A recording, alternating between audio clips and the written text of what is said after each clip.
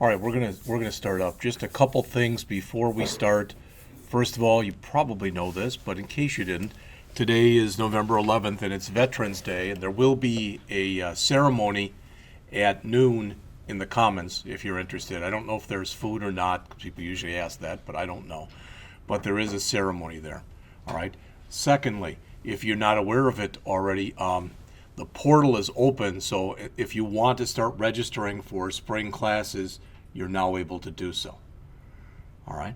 And going along with that, this is a little forward thinking, but just so you know this, if you have not done this, if you go out to the school's website and you go down, you've got that big long thing of URLs that are in there.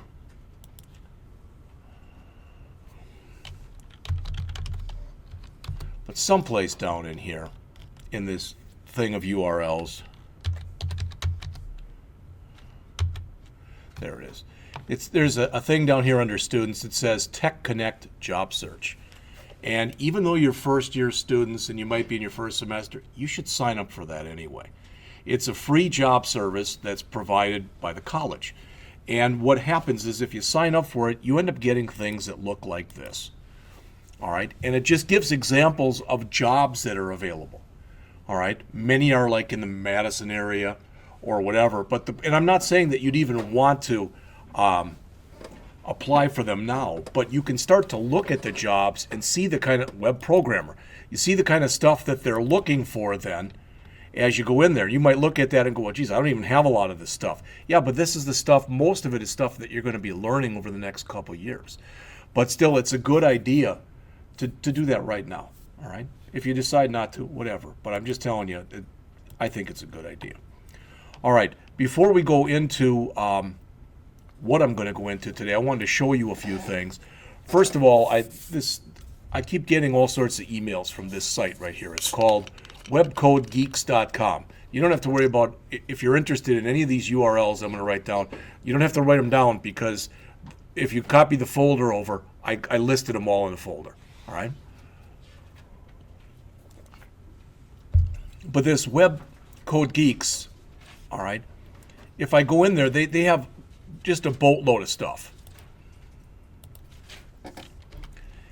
And for example, they've got a section in there rather that's called JavaScript jQuery.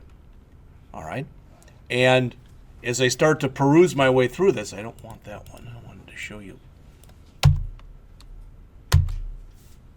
All right. JavaScript jQuery. There are about 5 pages worth of examples.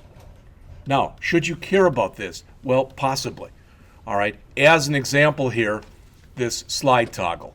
Okay. So if I highlight that, it gives me a whole thing on a slide toggle. It shows you how it works, what it does, etc. And then at the end of all these, they give you the code. All right. So why am I even telling you about that? Because that's what I'm going to use for a lot of the examples that we're going to have on the website. All right. So again, it's webcodegeeks.com, and they've got different links, so to speak, underneath there. All right. All right. So that's first one. Second one, you already know about this one because I mentioned it to you the other day. We're going to put some of the stuff from the jQueryui.com out there. Again, there's 29 examples that are right here. Bless you. There's 29 examples. I put them all out there for you, but we're going to clean them up a little bit, and we're going to use some of the stuff that's in there. All right. I found this site. It's called Design Shack. They've got some halfway decent tutorials and some other stuff in here. And I just started going and looking online. 85 amazing HTML examples. And no, I don't sit there and go through every one of these, but I started going through the article and look for stuff that I thought was kind of cool looking. And if I find anything, that's going to go in there. 50 useful coding techniques, CSS layouts, visual effects, etc. All right, so I've started going through that. This is kind of a neat site, free HTML5 templates. And I started going through that, and that's literally what they are. So I found this one. All right, this is one of the ones I'm thinking about using for the website. All right. Again, we wouldn't have that picture there, etc. We could have whatever we wanted to in here, but I kind of like the way that they set up the menu structure. All right. So that is an example that you can get off of free HTML5 templates. There's also free CSS3 templates. And I found one that I liked from there too. It was kind of similar to the one I'd already shown you. All right. But there's a boatload of free stuff out there already. So what we're not going to do is we're not going to reinvent the wheel. But I'm going to come up with something over the weekend that I think is important. And if you don't know this, they did updates on all the machines yesterday, and they want mine to restart. I was watching them all restart this morning, but since I was on this one already, I couldn't. They couldn't make me restart. So, all right. So that's what we're going to start doing on Monday. All right. So I got a little bit sidetracked yesterday because I started watching the debates, and I found them really interesting because either all those Republicans yesterday were telling the truth and the Democrats are a bunch of liars, or when I watched on MSNBC afterwards, the Republicans are a lot of they're all liars, and the Democrats are all telling the truth. All right? As they typically say, the truth is usually somewhere in between. All right.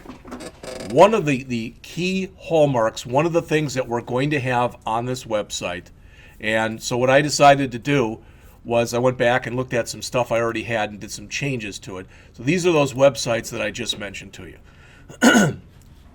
Don't have to say any more about them. But one of the key things that we have to understand, or you have to really start understanding, we've looked at it a little bit, but we're going to look at it a little bit more right now, and that is the whole concept of validating forms, okay? Because when you start working with websites, form validation becomes unbelievably important. There's a good chance if you're selling any kind of product, or if you want anyone with any kind of product to sign up for something or whatever, you're going to have some kind of a form. All right? And depending on what it is, it might be a fairly simple form, it might be a fairly complex form. But it's important that if a person is putting a bunch of stuff into a form, that the stuff that's in the form be validated. So I'm going to show you 4 examples that are going to go from, I'm not going to even say better to best. But the first one, and I'll show you in just a second, has absolutely no form validation on it whatsoever. All right, and some of the problems that you get when you do that. Then we'll talk about validating with just HTML5. All right, from there we'll go to validating with JavaScript, and I've got a really long script that I wrote to do that. And then we'll talk about validating with what's called the jQuery plugin. There's other ways of validating. I wanted to go in and give you one more example here of a form validation that was with jQuery, but not the jQuery plugin. Unfortunately, there's an error in it. I can't figure out what the error is. So I eventually will, and we'll add this to the list. But if you look at this, I started to create what I liked, for the website, and this will be moved down and stuff. But I was working with some colors, and then I looked at it, I thought, I don't really like that. All right, but the examples that you're going to see today, I already ripped off the top of it. All right, the top was this color, and I just didn't like the way the whole thing flowed. So I kept this stuff that's on here just so you could see it, and just so this looked a little nicer on screen. All right, so if I've got a bunch of fields here like this, and you can see I actually put this in, so all the states are in there, and technically right now, when this says select state, there is, there's no state selected. And I've mentioned to you before that sometimes places do this, sometimes they don't, and they just have it like that. The problem with doing that is if you forget to enter a state, your state is automatically going to be set to Alabama. Whereas if you set it up like this, you can check, and if the selection that they made still says select a state, they haven't selected a state yet. All right, again, this is all stuff that we'll talk about, we're going to get into. But you'll notice that right now, if I go in and I click check form, what happens? Well, you say nothing. That's not true at all. All right, you may or may not have been able to tell this, but let me go back and refresh. Try to refresh. Do it this way. All right, so there's all my stuff. All right, and I'm going to click check form. Did you notice what got added onto it? All of this. All right, and you might say, well, that doesn't look like anything. Yeah, but what it's showing you here, this is the query string, and what it's showing you is I've got a field called Social Security number, so that's the key, equals, and there's nothing after it, which means there's no value put into it right now. All right, so even though there's no validation being done on this form at all, stuff is still being sent to a server, and that's dangerous. All right, and plus, if there's problems with it, for instance, if all of these fields were considered required fields and I did no validation, it would send that over to the server like this. The server would look at it and go, these are all missing. It would give you error messages and then send it back again. So you're having the server do work that really it shouldn't have to do. All right, you'll notice that if I start filling stuff in here, you can see it remembers, so I've done some fill in already. All right.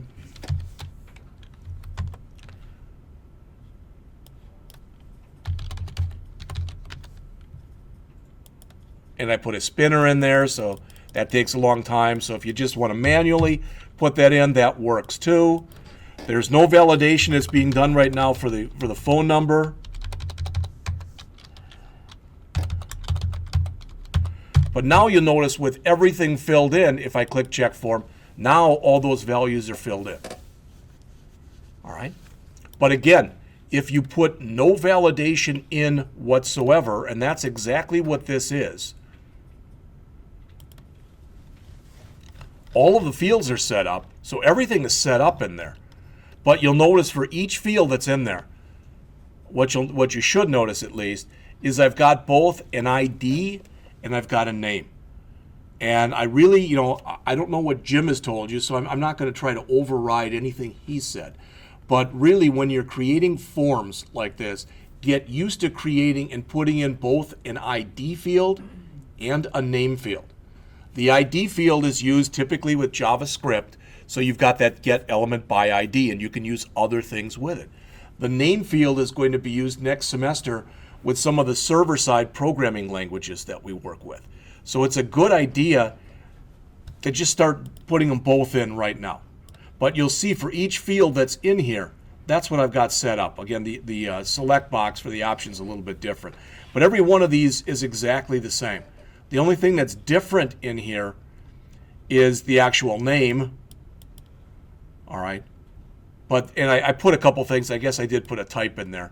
Technically, I shouldn't have, with no validation at all. I probably should have made them all text boxes. All right. So if I come back and make that just a text box and then run it again, then you'll notice now I don't get the spinner like I did before. All right. That's pretty simple, and I think everybody gets that. At least I hope everybody gets that. So let's look at another example. This is an example that's got more stuff, so to speak, put in it. And if you look right now, if I run this, it looks the same. But now notice when I click check form, please fill out this field. All right. And if I start putting in the Social Security number and I click, it says please match the requested format. All right. So there's a little bit more information in there. And you notice now it goes down to the next field. All right. So there is and has been a little bit more information that's been put in there. All right. And it's set up a little bit nicer. All right. So now when I click this, it says please match, well, because that was a username that was supposed to be 6 to 8 characters. All right. Now everything still got sent the exact same way that it did before. But I took the time to do a minimal amount of validation rather. Now the problem with doing it this way, the good news is there's not a lot of work to do this. The bad news is you've got to have a browser that supports this. So if somebody's using an older browser, you might have problems with it. So I want to look at in here a couple things. First of all, this is what I added. So for each one of these are the kind of things that you should start thinking about as you're creating forms. Can somebody tell me what that field right there, I've got the cursor resting on it, what is that field used for? The field that's called size. Does anybody know? How big the box That determines exactly how big that box is, not how many characters you can put in that box. That's another property that's called max length. All right? But if I wanted everything to be basically the same size, size is 30, size is 30, size is 30, etc. That's why I did that. All right? So you'll notice again, type, ID, name, size for each one of these. All right? And it's okay that it was on, but I tried to really separate it just so you could see what's going on. What does that field mean?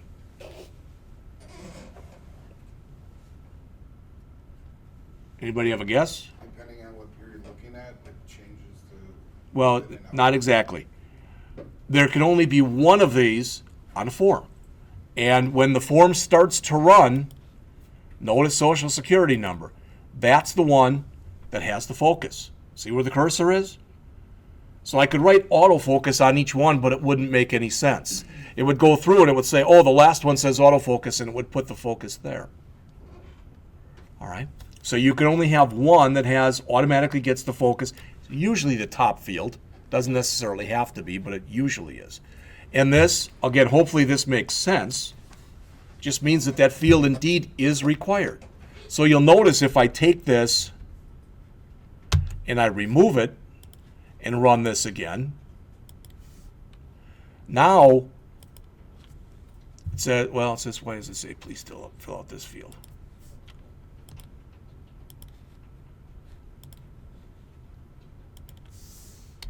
Oh, because I still have a pattern put in there for it. But let's see.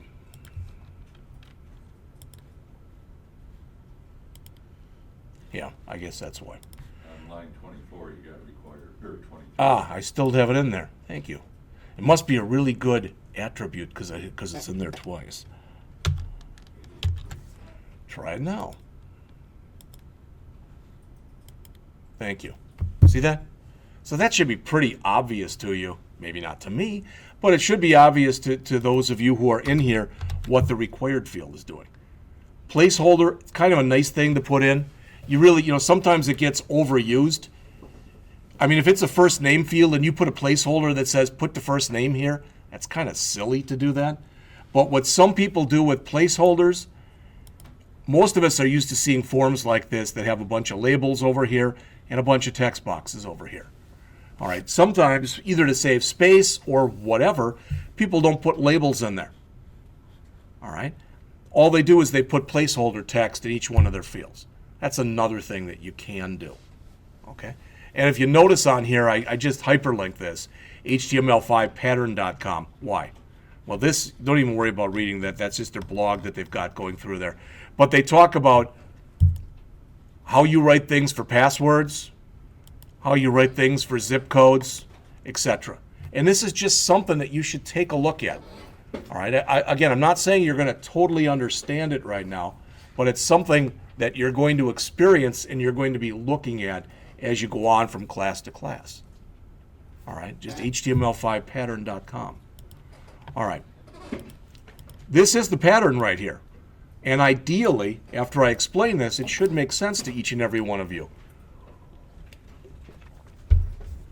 Anytime that you see a caret like that, that means begin with. Anytime you see a dollar sign like that, it means end with. All right? So the caret means begin with, the dollar sign means end with. When you put a /D in there, that means digits. So literally this means 3 digits, followed by a hyphen, followed by 2 digits, followed by a hyphen, followed by 4 digits. And since it starts with this and it ends with that, that's the whole pattern. So it has to be digit, digit, digit, hyphen, digit, digit, hyphen, digit, digit, digit, digit. That's what we're saying. All right? And again, the reason I'm showing you this is because as a developer, quite often, this is the kind of stuff you have to do. All right. So then we go down to the first name and the last name. And you notice all I put in there was that they were required and the size was 30. Now, could I set it up so that, for example, for the first name, it only allowed letters? Sure, I could do that. All right, I could set up a pattern. So in other words, I could set up a pattern. I could say something like pattern equals, the same kind of thing that we just did, But I could say, let's see, A through Z, and then I could say there must be between 2 and 30 of these, for example. So I can do something like that, which says that I'll only allow letters, and there can be between 2 and 30 letters. What's the problem with that? What if somebody has a blank space in their first name, or a hyphenated first name, or something like that? Or they're from another country and they've got some weird letter in their first name. So sometimes when you're going through and you're doing this stuff, there's no way that you can put a pattern in that'll match everything. So sometimes you just don't put one in. So I didn't put one in for the first name, or the last name, or the address, or the city. Now again, what I could have done is I could have even just set it up so that it would have held either letters or numbers or blanks or whatever, all right? And I just want to mention a couple terms to you, just so you hear these. If I set up a pattern like this one, all right, we just mentioned this. This means 3 digits, a hyphen, 2 digits, a hyphen, and 4 digits. What I'm doing right there in security terms is referred to as I'm whitelisting. So in other words, what I'm doing is I'm saying everything that's valid. So in other words, if it's not this, it's invalid. So if you put something in there that doesn't match that pattern, it's invalid. When you start to code, there's 2 ways that you can code when you do this stuff. You can whitelist, which says, show, these are all the valid values that I'm going to allow, disregard anything else. Or if you don't want to whitelist, you can blacklist. And you can say, don't allow this, and don't allow this, and don't allow this, and don't allow this. Get the difference? All right. Blacklisting is really hard to do because you've got to think of every possible invalid value. So more often than not, people whitelist. All right. So we've got all of these states that are in here. Then we go down to the zip code, and you see again the pattern that's in here. 5 digits followed by an optional hyphen, followed by, and if you have the hyphen, you have to have 4 digits. Again, with a placeholder, that's where this can really help. You're letting the user know that you want one of those patterns or the other one. All right? I don't know about you, but I remember when zip codes came out and they announced we're going to have a 4-digit thing on the end, and that everybody was going to have that. It was going to happen in like 2 years. I don't even know what mine is. All right. All right. Then you've got a username. Now this is a little bit different. So what does this say? This says I can have letters, or they can be either uppercase or lowercase, digits, hyphens, underscores, or periods. And there can be between 6 and 8 of those. All right. I'm looking at that, and that pattern could have been rewritten in a little bit better way, but it's okay. All right. And then we come down here. Notice if this is type number, I can put a minimum and a maximum in there. All right. So we've got, that's also called a spinner. So you'll notice that if I run this. You got to save. Okay. But the point is, if I try to put in 126, and I have to fill in stuff for all of these, but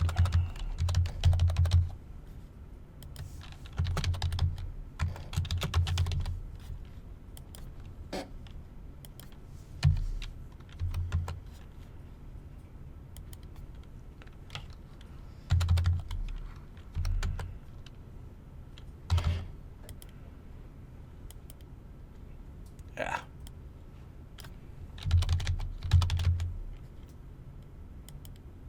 Value must be less than or equal to 125. And I'm going to get the same thing if I come in here and I put a value in that's less than 1. All right. So again, we're doing some built-in validation here. The phone number is set up the same way. You can write very, very complex patterns when you do this stuff. This just says all I'm allowing is 3 digits, a hyphen, 3 digits, a hyphen, and 4 digits. I want all the phone numbers to be put in like that. You say, well, what about putting in your area code or whatever in into parentheses type of thing? We could change that. All All right, but then the pattern becomes much more complex when you do it. All right. Birth date. All right, notice it says here, I'm going to allow either 1 or 2, because that's the month. I'm going to allow either 1 or 2, that's the day, and I'm going to allow 4 for the year. So all I'm checking when I put in this kind of information, all I can validate right now, unless I use code, all I can validate is the person put in 2 digits, followed by a slash, followed by 2 digits, followed by a slash, followed by 4 digits.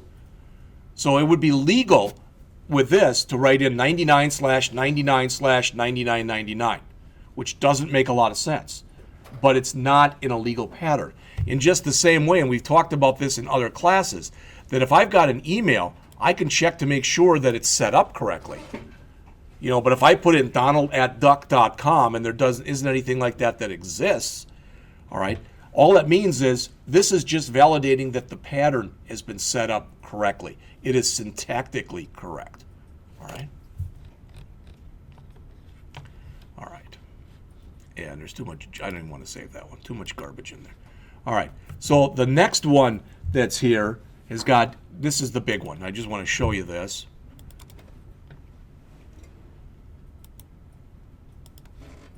If you start looking through here, that's a 430 page, or 430 line, I should say, JavaScript program. All right. So what is this? Well, this stuff should make sense to all of you in here. We've talked about consts before. The username has to be between 6 and 8 characters. The age has to be between 1 and 125. All right. What this says right here is grab every single thing that I put into the particular form. So grab everything that's in the form, all right, and put them into local variables. So I don't want to refer to my social security number like this. I'm making an alias so I can refer to it like this. That should make sense to all of you. We've talked about this in other classes before. All right. So then I run through and I'm just checking each field for validity. Okay. And notice I've got a routine here called required. And you'll notice I'm calling it for what?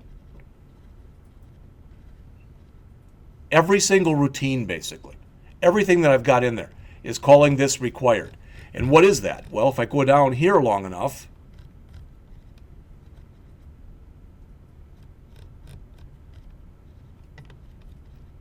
all right, what it says is whatever field I passed in, trim it. You may or may not remember trim, but again, what that is saying is get rid of any leading blanks, get rid of any trailing blanks. After you do that, what does this line mean? What does that line mean?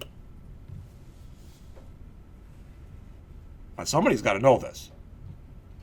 The line that's in gray. If it's empty. So I've removed any beginning blanks. I've removed any ending blanks. So what's left? Well, if there's nothing left, the field's empty, correct? There's nothing in it. So if that's the case, I return false.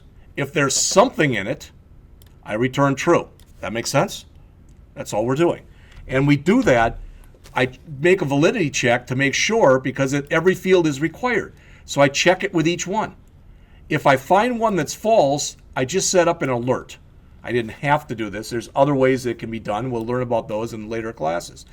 But all it's saying in here is if it failed, remember this is a shortcut right here. This is the same thing as saying if, let's see, well, if it returned false, I'd have to think about the syntax for it, okay? I guess it would be if required, so sec number equal false. All right. Okay. If it makes it through, if I get to this line, that means I put a valid social, in that case, at least I have a social security number in there. In other words, something is in there. So these are my first rounds of checks. I check to make sure there's something in the social security number, first name, last name, address, city. Notice I didn't do the state because that's a drop-down list. Zip, username, email, age, phone number, and birth date. So all these checks, the first almost 100 lines or so of the program, we're setting that stuff up, and then about 80 lines just to make sure there's something in there, period. All right? Then I go down and I say, okay, for each one of these, is it valid? So I could write one routine for required and put all my different fields in there, because all I'm saying is there a value in there? All right? But now I'm saying validate the Social Security number. And if I work my way down long enough, there that is. Should look very similar to what we saw in the HTML5 stuff. We set up a pattern. I say if what I enter there matches that pattern, return true. If it doesn't, that means I didn't put in number, dash, number, dash, number. So return false. All right. And again, after I go through and do this,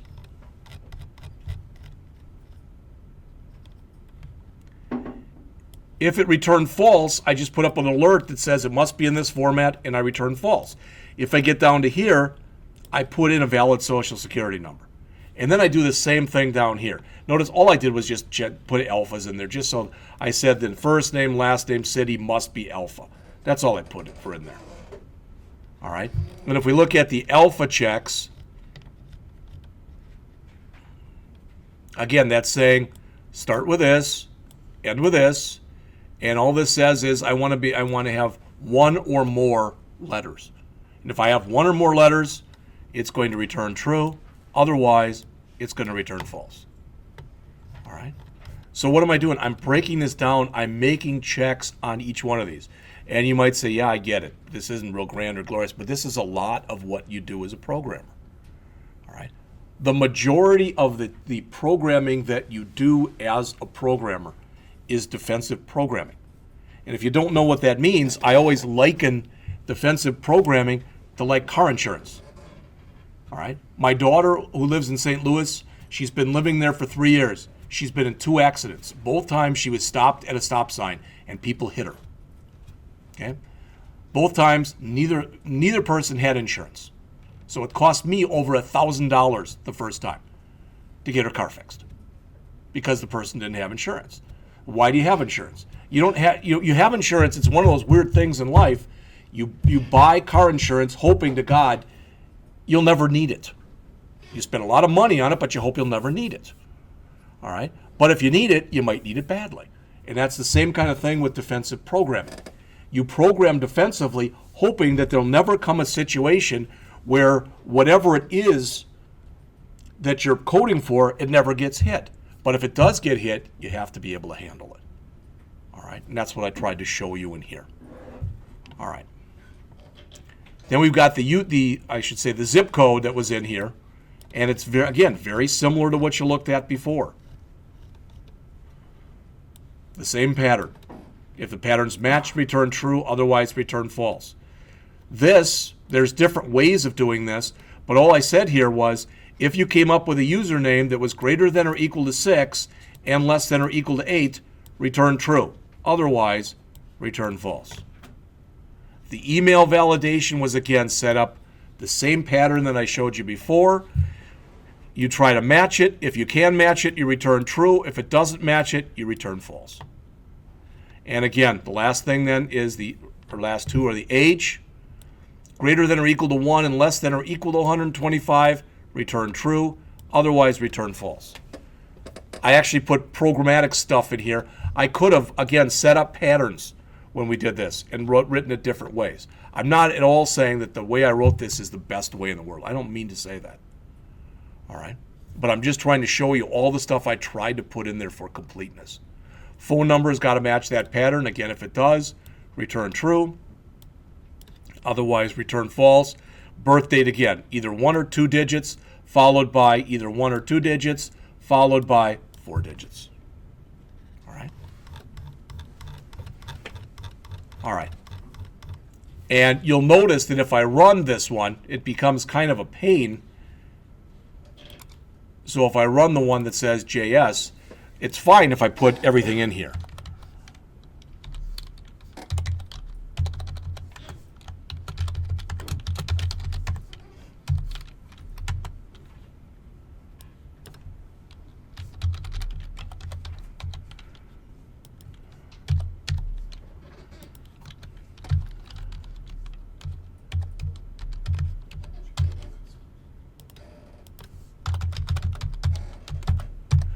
Now, I believe everything that's in there is correct. So if I check it now, notice what it's going to do. It's going to run through everything. So you see I didn't get an error message, so that passed, and it shows me the Social Security number, the first name, the last name, the address, the city, zip, the username, the email, the age, the phone number, and the birth date. And it says everything that was in there that was required, they all passed. And the Social Security number was valid, all alpha fields passed, the zip code was valid, the username was valid, the email address was valid, the age was valid, the phone number was valid, the birth date was valid. So it says everything passed validation. This is the kind of thing that you're typically going to have to do as you're programming. You don't want to let anything slide by. All right, let's take a break. And it's 8:48. Let's come back at 5 after. We'll look at the last example. Probably take about 10 or 15 minutes.